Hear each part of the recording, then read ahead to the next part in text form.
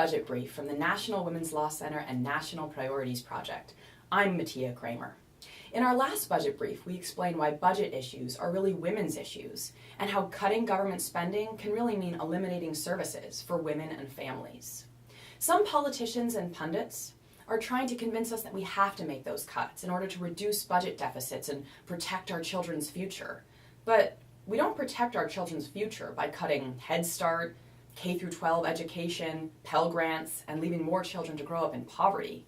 And we don't have to. There's an alternative approach to deficit reduction that Americans overwhelmingly support. We can close loopholes in the tax code that benefit the very wealthy. Polls show that a strong majority of Americans want the wealthy and corporations to pay their fair share in taxes. They also want a balanced approach to deficit reduction that includes new tax revenue. But so far, Washington's approach to deficit reduction hasn't been balanced. In the past few years, lawmakers passed $2.5 trillion in deficit reduction, 2/3 of which has come from cutting programs, which eliminate services, especially for women. Instead of considering more cuts to programs for women and families, Congress can eliminate loopholes in the tax code that allow the wealthy and corporations to avoid paying their fair share. Right now, some multimillionaire investors pay a lower tax rate than middle-class families, and some multinational corporations with billions of dollars in profits pay no federal income tax at all. Congress can ask the wealthy and corporations to pay a tax rate that's at least as high as what middle-class families pay. Here are some examples. Limiting tax breaks for the richest 2% would raise about $51 billion a year.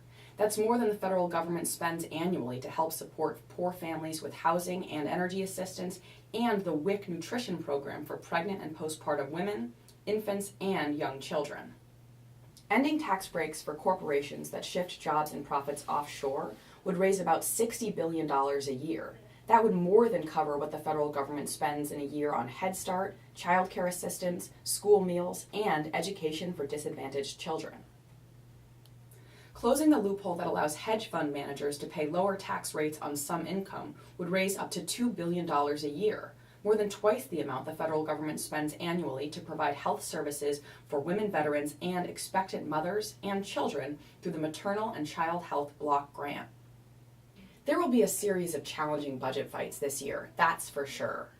But the bottom line is pretty simple. Most Americans don't want women and families to bear the brunt of deficit reduction.